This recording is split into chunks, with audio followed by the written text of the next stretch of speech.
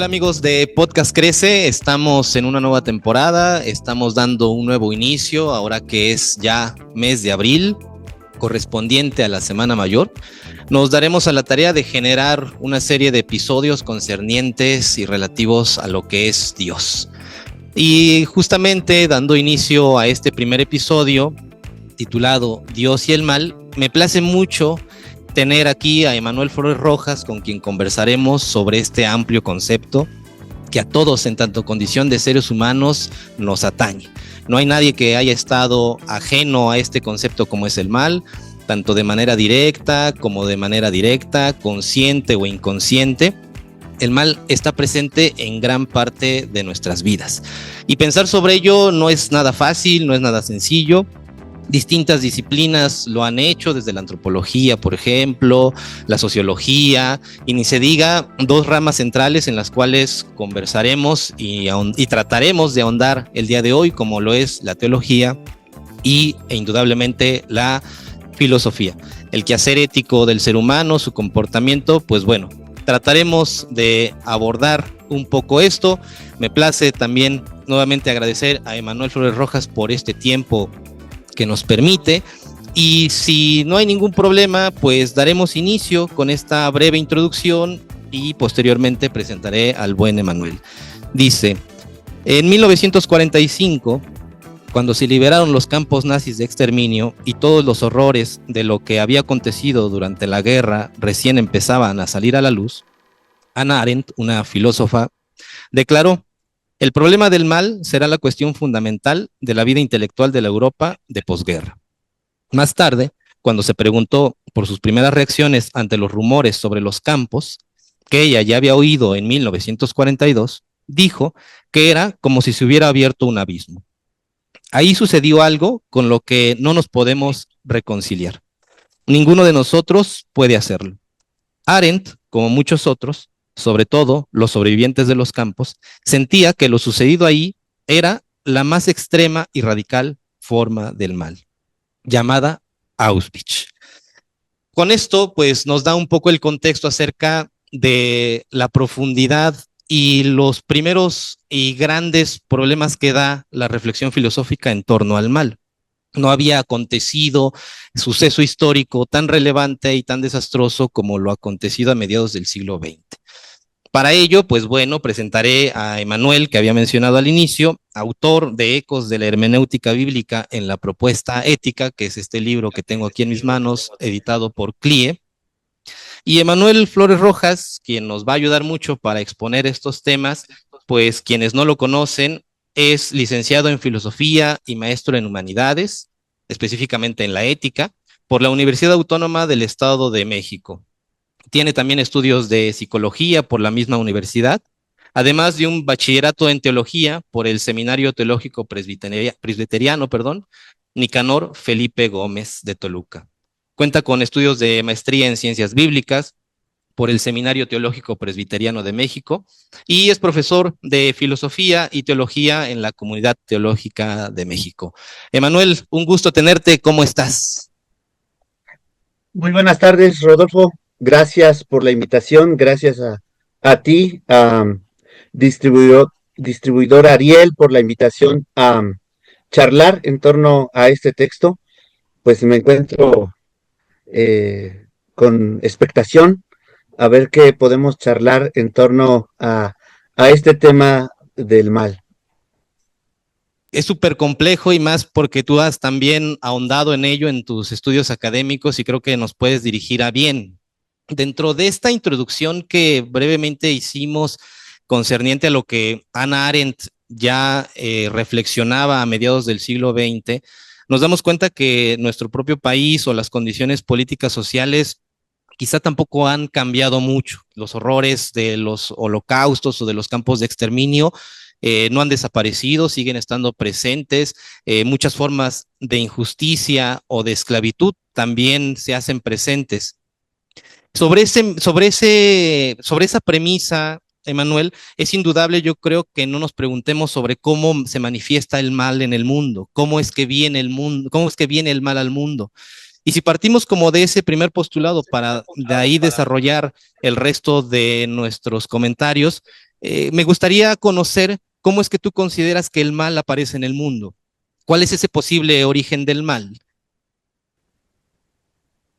Bueno, el mal, como bien ha señalado en este texto introductorio de Hannah Arendt, donde ella habla del mal radical, hay algo que une a Hannah Arendt con el pensamiento de Ricoeur, y yo diría en primera instancia que el mal nace dentro de la libertad humana.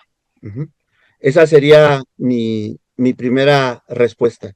Yo considero que el mal surge dentro de la libertad humana, ¿no? Y en ese sentido, Ricoeur, igual que Hannah Arendt, él experimentó en su propia experiencia vital esta situación de enfrentarse a las dos grandes guerras mundiales, la Primera Guerra Mundial, donde Ricoeur pierde a su padre, ¿no? Eh, en la guerra, nunca encuentran el cuerpo de su padre, sino muchos años después encuentran su osamenta y lo identifican por su cadena de soldado donde llevaba su nombre, ¿no? Y unos meses antes, Ricoeur también había perdido a su madre, y estas experiencias de orfandad a Ricoeur le van a hacer preguntarse por la cuestión del mal, ¿no? Entonces, yo diría que el tema del mal, también como el propio Ricoeur lo menciona, es una cuestión que atañe tanto a la teología como a la filosofía. Digamos que estas dos grandes disciplinas que podrían dar cuenta del origen del mal serían por un lado la teología y por otro la filosofía. Aunque a veces se les quiere disociar, Ricoeur tiene un texto pequeñito que se llama El mal, un desafío a la filosofía y a la teología. Es buena esta introducción, pero también dentro del quehacer, y tú lo sabes, es súper amplio, ¿no? El tema de la libertad abordado por esas dos disciplinas. En el quehacer filosófico, platicábamos brevemente, creo que lo que tengo más presente es el sentido kantiano y su noción de la libertad en un sentido de una autonomía y no una especie de condición, ¿no? Una heteronomía, en donde posiblemente, si no mal recuerdo, mencionará que será dentro de la razón práctica la forma en la cual se tiene que manifestar los quehaceres prácticos, porque no se ven en la realidad caminando la justicia, no se ve en la realidad como un objeto, ¿no? Sino que la razón tiene que imaginarlos, tiene que producirlos, mejor dicho, mediante el deber, mediante el hacer. Y que indudablemente para Kant guarda una relación en el sentido que también hay una justicia detrás de todo eso, una justicia en la cual terminará quizá dando razón sobre la existencia de Dios, pero esa propia libertad también no queda en el sentido filosófico del todo clara, porque se puede indagar hacia la cuestión teológica como la noción de la caída, como la noción del pecado. Es decir, ¿habrá una especie de libre albedrío o cómo se podría comprender ese quehacer o ese atributo dentro de la noción de la libertad del ser humano? En el texto, en este libro sobre el pensamiento de Paul Ricoeur, dedico un capítulo completo a disertar justamente sobre el tema del mal. Y Ricoeur, en su libro que se titula El conflicto de las interpretaciones, ensayos de hermenéutica, Ricoeur tiene allí un artículo muy interesante que se llama El pecado original, estudio de su significación. Y entonces, Ricoeur, como todos sabemos, él es un filósofo de filiación protestante, él militó durante toda su vida en la Iglesia Reformada de Francia, y entonces digamos que Ricoeur tiene una influencia o sobredeterminación del pensamiento agustiniano, porque la teología de la Iglesia Reformada y de la Iglesia Luterana, ¿no? Tiene una base profundamente agustiniana, ¿no? Y es precisamente en este ensayo filosófico donde Ricoeur dice, empieza citando una de la confesión de fe de su iglesia, de la Iglesia Reformada de Francia, que es la confesión de fe de La Rochelle. Y comienza citando justamente su definición sobre el pecado original. Dice que el pecado original es algo que se contagia y algo que se transmite de generación en generación. Y entonces Ricoeur dice, a ver, nosotros vamos a abordar el tema del pecado original y vamos a estudiar cómo es que Agustín de Hipona llegó a elaborar esta doctrina teológica y desde luego también filosófica que da cuenta en el siglo IV sobre el origen del mal. Y entonces Ricoeur dice, hay que dejar de pensar en el pecado original como un concepto y debemos de pasar a pensar más bien como un símbolo que enuncia de dónde surge el mal. Y es precisamente en este ensayo donde Ricoeur critica a Agustín de Hipona porque dice, bueno, Agustín, ¿qué trató de hacer en el siglo IV? Tenía el gran desafío del pelagianismo, ¿no? Y entonces Pelagio decía que nosotros podríamos resistir al mal, que nosotros por nuestra propia voluntad podríamos o no aceptar la salvación que Dios nos ofrecía. Y entonces Agustín de Hipona, para responderle a Pelagio, que consideraba a Pelagio como un hereje y que al final la iglesia condenó a Pelagio como un hereje, dice Ricoeur que en ese intento de responder a Pelagio lo hizo a través de una vertiente gnóstica que se introdujo en el pensamiento de Agustín de Hipona. Y algo que rescata Ricoeur en este ensayo es que fueron los gnósticos los primeros que se formularon la pregunta en su vertiente teológica, pero también filosófica, sobre el origen del mal. Ellos fueron los primeros que se preguntaron de dónde surgió el mal a través de una pregunta formulada en griego poten ta kaká, de dónde proviene el mal. Y desde luego ya sabemos que el gnosticismo fue un gran desafío para la iglesia en el primer siglo y bueno, para el siglo IV, que a Agustín de Hipona le toca responder a esa pregunta sobre el mal, pues el gnosticismo seguía con bastante vitalidad y entonces lo que critica Ricoeur de la respuesta de Agustín es que por tratar de desbaratar el pensamiento del gnosticismo, Agustín de Hipona introduce en la teología cristiana una suerte de lenguaje pseudonóstico o cuasinóstico, ¿no? Y entonces ahí lo que hay que reconocer de Agustín es que Agustín dijo algo muy importante. El mal no es una cosa, no es una sustancia. Y eso era lo que decían los gnósticos. Los gnósticos decían que el mal era una cosa, que el mal era una sustancia. Y Agustín dice, no, el mal no es una cosa, el mal es la negación del ser.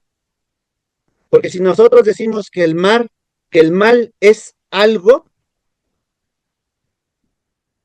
dice Agustín de Hipona, nosotros debemos rechazar de plano esa visión de los gnósticos porque el mal es la negación del ser. El mal es el no ser, ¿no? Y desde luego allí entra la cuestión de la libertad, la cuestión tal como Agustín formuló la idea del pecado original y algo que Ricoeur retoma es que en la formulación de la doctrina del pecado original, Agustín de Hipona toma elementos del gnosticismo, toma elementos del orfismo y toma elementos del neoplatonismo.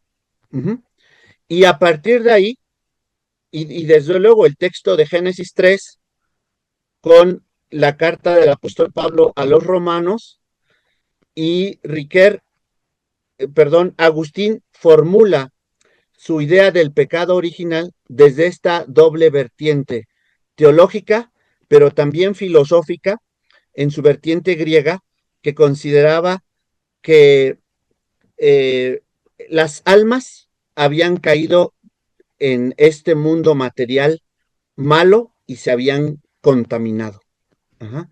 Entonces, a partir de ahí, Agustín de Hipona formula la doctrina del pecado original y hasta el día de hoy el cristianismo sigue hablando de la caída, ¿no? Pero ese concepto de caída proviene del orfismo y del neoplatonismo, de los neoplatónicos que Agustín de Hipona leyó. Y por ahí va la vertiente crítica de Riquer. Por una parte, recuperar lo positivo de que fueron los gnósticos quienes dieron cuenta, en primer lugar, sobre el origen del mal. Pero después también tratar de reconstruir cómo fue que Agustín de Hipona respondió a ese desafío gnóstico, pero al responder, digamos que Agustín mismo introdujo en la teología cristiana elementos del gnosticismo para, Sí, pues, justificar, ¿no? claro, Sí, desde claro. luego. Mencionas algo que es muy atractivo, Emanuel, cuando al inicio dices que no es un concepto, sino es un símbolo. Aquí a mí me agradaría poder a lo mejor aclarar este concepto, ya que se puede interpretar como todas estas concepciones semióticas y que, como sabrás, pues también esa vertiente es muy amplia. ¿Por qué se enuncia de esa manera que no debe ser comprendido como un concepto y sí como un símbolo? Que Riquer considera que cuando Agustín de Hipona conceptualiza la idea del pecado original, ¿no? Al decir que el pecado original es una suerte de contagio y utiliza, desde luego, ese no es un lenguaje que Agustín de Hipona conociera. En la interpretación que Riquet hace de eso, dice, bueno, Agustín, al formular la idea del pecado original y alegarle al cristianismo esa respuesta que es de carácter soteriológica, porque hay que recordar que la formulación que Agustín de Hipona hace de su idea del pecado original está profundamente vinculada al tema de la soteriología, es decir, a la doctrina de la salvación, ¿no? Y entonces él, cuando critica que la confesión de fe de la Rochelle, la confesión de fe de la Iglesia Reformada, dice que el pecado original se transmite de padres a hijos, ajá, y entonces Riquet dice que eso ya forma parte de un concepto que está profundamente alejado del espíritu bíblico que nosotros podemos encontrar en el capítulo 3 de Génesis y luego en la carta del apóstol San Pablo a los romanos. ¿Y dónde está el concepto? El concepto está en la idea biológica de pensar que el pecado es como una enfermedad, como un virus que se transmite. Y luego también habla de una vertiente jurídica, porque dice, bueno, ese pecado se transmite como un virus de una generación a otra, y es ahí donde dice, es casi una cuestión biológica, pero además es también una cuestión, bueno, dice cuasi biológica, y también es una cuestión cuasi jurídica, porque dice, ese pecado que el infante no cometió, sino que lo ha recibido de sus padres. No obstante, a ese infante se le va a demandar haber cometido, como si él hubiera cometido ese pecado. Y es allí cuando él habla de una tara cuasi biológica. Se le pide cuentas de un pecado que él no cometió. Y es muy interesante que Riquet, como filósofo que es, se toma la libertad de criticar la confesión de fe de su propia iglesia para decir, esto definitivamente yo no puedo acompañar a mi iglesia con este concepto que tiene del pecado original sobre la base de, de, lo que dice la confesión de fe, ¿no? Y esto es algo importante, porque la filosofía, desde luego, la filosofía es independiente, es una disciplina independiente de la teología, ¿no? Y la filosofía, como Riquet la entendía, puede hacer esa clase de críticas a la teología. Y es por eso que dice Riquet, hay que recuperar el símbolo que está detrás de la enunciación de el pecado que aparece en Génesis capítulo 3. Y por ejemplo, para utilizar una expresión muy mexicana, Rodolfo, yo diría, si nosotros leemos con mucha atención el texto de Génesis 3 y si seguimos a Agustín de Hipona en su lógica sobre que allí encontramos la caída en el pecado y hablamos de ese pecado original, la pregunta que nosotros le formularíamos a nuestro auditorio, sobre todo si ha leído el texto bíblico de Génesis 3 y si no lo ha leído, lo invitamos a leerlo, porque ¿cómo es que si Eva no ha comido el fruto prohibido, ni le ha dado de comer a su marido, cómo es que encontramos en ese diálogo con la serpiente una tergiversación de la palabra de Dios? Cuando Eva dialoga con la serpiente luego de que la serpiente le ha dicho, con que Dios os ha dicho que no comáis de ninguno de los árboles del huerto. Y la mujer dice, de todos los árboles del huerto podemos comer, excepto del árbol del conocimiento del bien y del mal. Dios nos prohibió que comiéramos de él y que ni lo tocáramos. Y aquí la pregunta que nosotros nos haríamos de este texto es preguntarnos, ¿de dónde le surge a la mujer una tergiversación del mandamiento divino si todavía no ha comido de ese fruto prohibido que supuestamente provoca la caída? Y entonces es ahí donde Riquet dice, tenemos que dejar de pensar en el pecado original como un concepto y tenemos que recuperar la idea del símbolo, porque el símbolo, parafraseando a Paul Riquet, el símbolo da que pensar, el símbolo hace pensar. Al final de su obra que siguió a su tesis de doctorado, la tesis de doctorado de Riquet fue lo voluntario y lo involuntario. Y después de esta tesis de doctorado, Riquet publica un libro que se llama Finitud y Culpabilidad. Y Finitud y Culpabilidad, la primera parte se trata del hombre lábil, el hombre falible. Y la segunda parte, más extensa en el libro, es la simbólica del mal.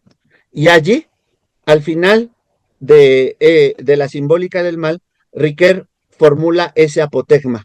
El símbolo da que pensar, ¿no? Y entonces Riquet dice, el concepto reduce la idea del mal y la idea del pecado, mientras que si nosotros hablamos del pecado y del mal desde la idea del símbolo, eso va a permitir otras posibles respuestas en torno a la pregunta sobre el mal y sobre el origen del mal.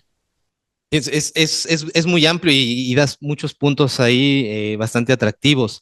Sencillamente desde esto último que mencionas del símbolo da de qué pensar, sencillamente me da también como la impresión que Riquet se trata de despojar de todo andamiaje o estructura ética concebida previamente en la cual se justifica a lo mejor hasta de quehaceres kantianos, por así decirlo, ¿no? En donde pues gran parte de lo que vendría siendo la autonomía del sujeto en este que es capaz de elegir libremente bajo un imperativo, y cómo él trata de estructurar una nueva ética para que de esa manera pueda haber una mejor comprensión en el concepto del mal, y que creo que con esta frase que vuelvo a repetir, en donde dices que el símbolo da de qué pensar, pues sencillamente en ese quehacer permite líneas de trabajo o líneas de reflexión bastante abundantes. Eso creo que también me da pie para considerar que si el símbolo da de qué pensar, tendrá que introducirse precisamente una manera de cómo interpretarlo, ¿no? O sea, una manera en cómo acercarse, porque indudablemente uno no puede andar sin algún método a ciegas, dando como bastonazos de ciego, sino que obviamente, como se titula tu libro, Ecos de la Hermenéutica Bíblica, tendrá que introducirse como pieza de rompecabezas la hermenéutica para darle sentido al quehacer del símbolo. Esta hermenéutica, ¿cómo va acompañada? Cómo va de la mano con Riquet? Justamente has señalado algo muy interesante. Precisamente, Riquet se nutre de dos vertientes filosóficas de su tiempo, la cuestión de la fenomenología, ¿no? Que recupera de su maestro Heidegger, desde Mm, luego, y también la cuestión de la otra disciplina de la que se nutre Riquet es la cuestión de la hermenéutica, ¿no?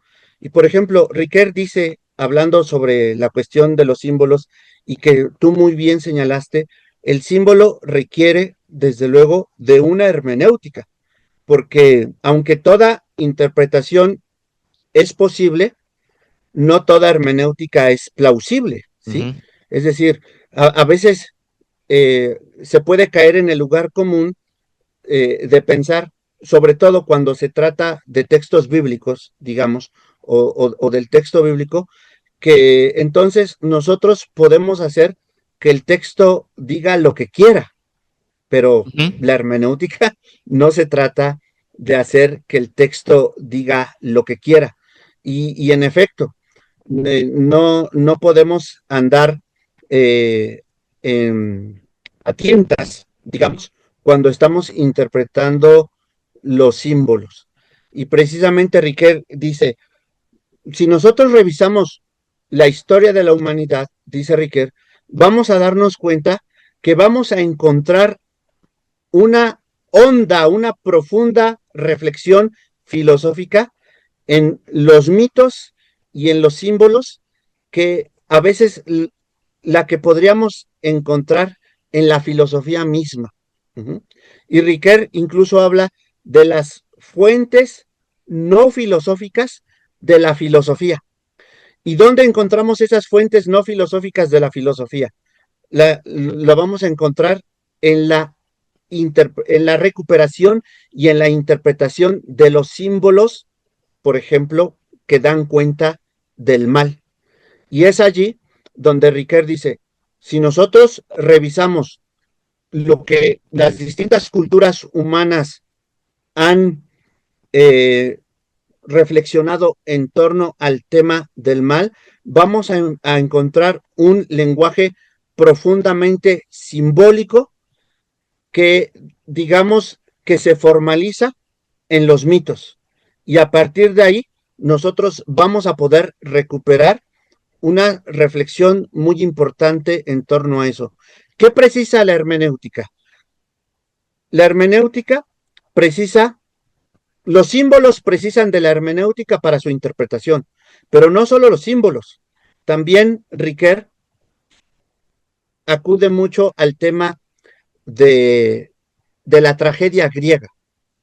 Ah, Y entonces encuentra en la tragedia griega también un decir que desde luego no es filosófico, pero puede dar cuenta sobre el mal. Y de los textos bíblicos de los que Riquet da cuenta, pues desde luego está el de Génesis, desde luego está el de Romanos, pero también está el texto de Job. También a partir de ahí, Riquet recupera también, hay un ensayo que se llama La teología trágica de Job. Riquet y la teología trágica de Job, ¿no? Y entonces, ¿a qué está haciendo referencia Riquet cuando habla de la teología trágica? La teología trágica es decir, pues no sabemos de dónde vino el mal y el mal está aquí y ni hablar, ni modo, tenemos que padecerlo. Pero la teología ética, la visión ética sobre el mal, la que acabo de anunciar antes es la visión trágica del mal, ¿no? De decir, pues yo no puedo dar cuenta del mal, de dónde surgió, no sé, lo estoy sufriendo y lo estoy padeciendo. Pero cuando nosotros entendemos el mal desde una visión ética, Riquet va a decir, yo soy responsable del mal. Yo no puedo echarle la culpa a alguien fuera de mí del mal. Y algo muy interesante que Riquet desarrolla sobre la cuestión del mal es que el mal nunca acontece en un vacío. El mal siempre se manifiesta contra otra persona. El mal siempre atañe a alguien más. Yo no puedo pensar que voy a tirar un balazo hacia el aire y que eso no le va a afectar a alguien. Riquet dice, no, el mal siempre va dirigido contra alguien más. Y en ese sentido hay que recuperar justamente esta visión ética que tiene Riquet del mal, donde yo puedo dar cuenta, yo puedo autoimputarme el mal y decir, yo soy el autor de este mal.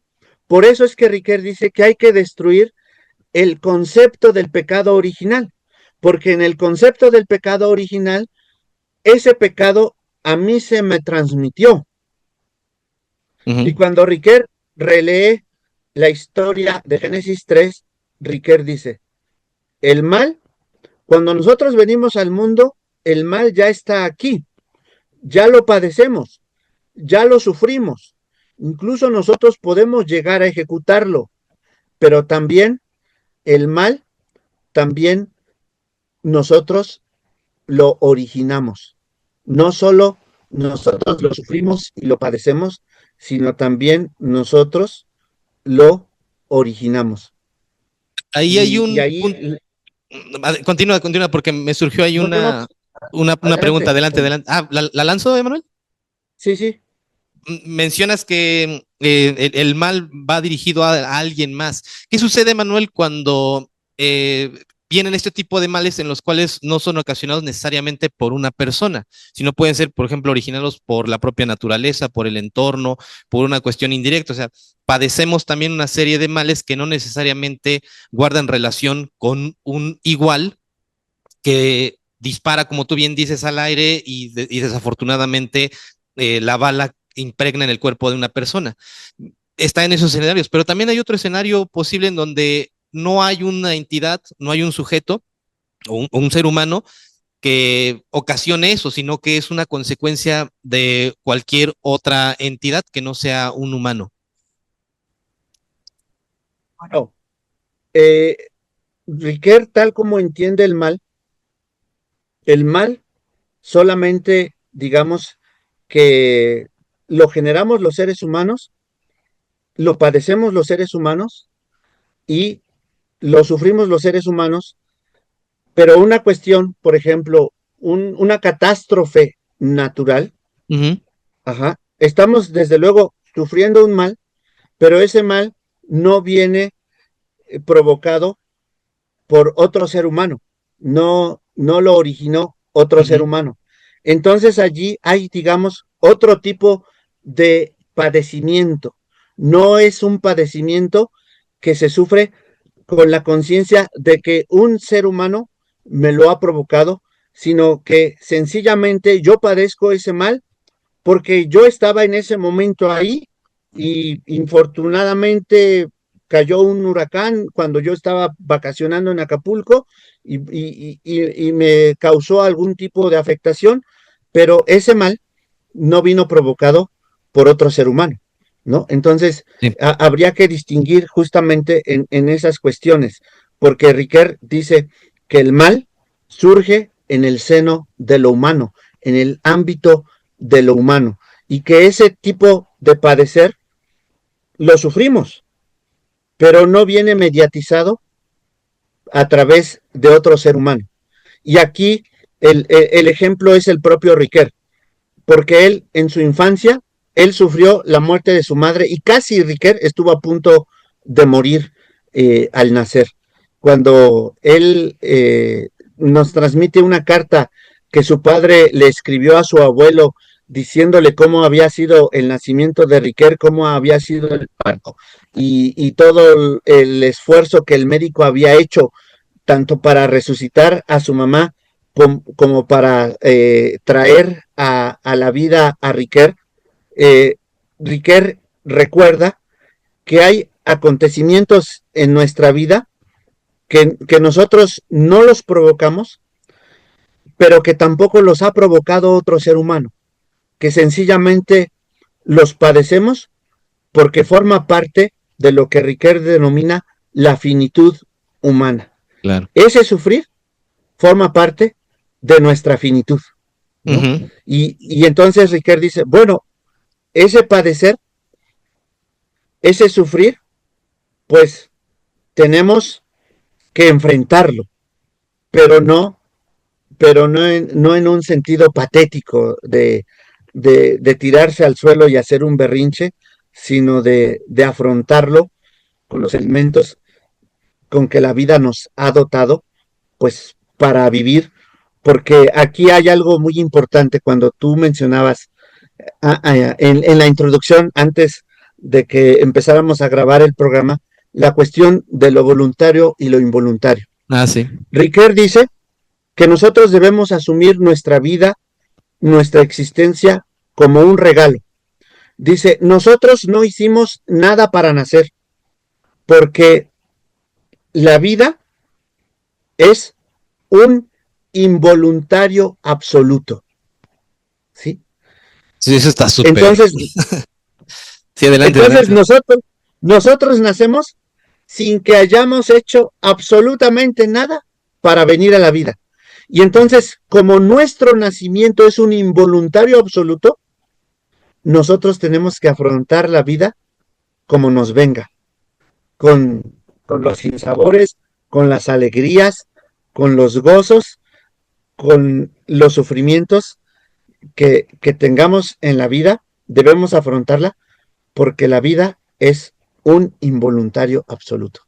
Eso está genial, porque de esa manera aclara como muchas cosas, inclusive hasta de una concepción de las célebres teodiceas, ¿no? Donde todo recuerdo esta, tú tendrás presente a lo mejor más, pero recuerdo esta célebre de Leibniz, ¿no? Donde está la célebre frase de este es el mejor de los mundos posibles. Y después Schopenhauer en algún momento criticará esto cuando dice, bueno, es que hay dolor, sufrimiento, hastío, etcétera. De qué mejor mundo nos estás hablando? Comprendiéndolo en su totalidad, como tú bien lo acabas de decir, citando a Riquet, en donde pues la vida es un involuntario absoluto y estamos utilizando palabras heideggerianas, estamos arrojados a todo ese devenir que aparece en el mundo, a las circunstancias y a todo el entorno, pues es lo que es. Recuerdo también que Spinoza no le daba categorías éticas a los fenómenos naturales, sino que son sencillamente, acontecen en el mundo y que nos toca padecer o no. Eso es completamente distinto. El mundo acontece y sigue su devenir y su inmanencia, estando o no estando nosotros, y que así ha estado a lo largo de tantos miles de años. Quisiera ya para concluir, Manuel, porque desafortunadamente el tiempo se nos está agotando, algo que nos quisieras compartir a manera también de comentario final, de cerrar todo esto que hemos abordado sobre la noción del mal, cómo ha devenido, cómo ha implicado la cuestión de lo simbólico, cómo nos has hecho comprender un poco más este acercamiento que tenemos día a día con la noción del mal. ¿Qué nos quisieras compartir para cerrar este episodio, Emanuel? Aprovechando que trajiste a cuento a Heidegger, ¿no? Con esta idea de que nosotros somos seres para la muerte, Ujú. Ricoeur dice, no, nosotros no somos seres para la muerte, somos seres contra la muerte. El ser se levanta contra la muerte. Y es muy significativo que justamente porque desde luego la muerte se entiende también como, como lo malo, como lo indeseable, como lo no querido, Así ¿no? es. Como lo que hemos de lamentar. Pues bien, si, si Heidegger había dicho que nosotros fuimos arrojados aquí a la existencia y que somos seres para la muerte, Ricoeur va a decir, no, nosotros somos seres contra la muerte. Y es muy significativo, justamente este año, este 2025, se van a cumplir, el próximo 20 de mayo, se van a cumplir 20 años del fallecimiento de Ricoeur. Ah, Y Ricoeur dice algo muy interesante sobre los muertos. Dice que los muertos viven en la memoria de los vivos. ujú. Pero el último, el libro que se publica póstumamente de Ricoeur, que se publica a la muerte de Ricoeur y que aquí en México lo ha publicado el Fondo de Cultura Económica, se llama Vivo hasta la muerte, ¿no? Entonces, esa cuestión justamente de no hemos de darnos por vencidos, y no hemos no hemos de dejarnos morir, sino que hemos de resistir hasta el último instante. Y hasta ese último instante seguiremos vivos. Y ahí, en ese libro, vemos cómo el pensamiento de Ricoeur se nutrió de su profunda fe bíblica. Uh-huh. Y ahí hace una disertación en torno a la resurrección. ¿Sí? Mm. Entonces, eh, pues yo quisiera en este cierre invitar a la lectura de Ricoeur, sobre todo a aquellos que, que militan dentro de la fe cristiana, quisiera invitarlos a que lean a Ricoeur, a que se acerquen al pensamiento de Ricoeur y cómo las profundas convicciones bíblicas, teológicas, cristianas, no necesariamente están en oposición o en contradicción con la filosofía. Porque Ricoeur fue uno de los grandes filósofos de la segunda mitad del siglo pasado, pero siempre fue creyente. Nunca dejó de ir a la iglesia, ¿no? Él fue un cristiano, para utilizar una expresión de él, fue un cristiano militante, ¿no? Y entonces yo invitaría a que se acerquen a la vasta obra de Ricoeur y que se nutran del pensamiento vivo de este filósofo francés. Claro, muchas gracias por esa invitación y esas palabras, Emanuel. Ten ecos de la hermenéutica bíblica en la propuesta ética, el pensamiento de Paul Riquet, de quien hemos comentado y conversado muy brevemente el día de hoy. Un texto de Emanuel Flores Rojas, su tesis doctoral, publicado por Editorial CLIE, y menciona brevemente en contraportada el pensamiento de Paul Riquet es una amplia obra, establece conexiones, puentes y vínculos entre la exégesis, la teología y la hermenéutica bíblica con la hermenéutica general y de forma especial con lo que mencionaba hace un momento, con la filosofía, la teología. Muchas gracias, Emanuel. Espero no sea la última vez en que podamos conversar sobre Paul Riquet, sobre la hermenéutica, sobre la ética y fundamentalmente sobre este tema que atañe tanto a la sociedad en el día a día como lo es el mal y que indudablemente siempre son, como dirías, el símbolo, siempre da de qué pensar estos temas. Te agradezco mucho, Emanuel, muchas gracias por tu tiempo. Gracias, Rodolfo, gracias a distribuidora Ariel, y aquí estamos siempre a la orden para seguir charlando. Gracias, Emanuel. Pues no me queda otra más que cerrar ya este primer episodio de esta cuarta temporada, ya no sé en cuál vamos, sobre Semana Mayor. Les agradezco mucho y esperen el siguiente episodio, que será de igual manera sobre Dios y el tiempo y Dios y la existencia. Muchas gracias, hasta luego.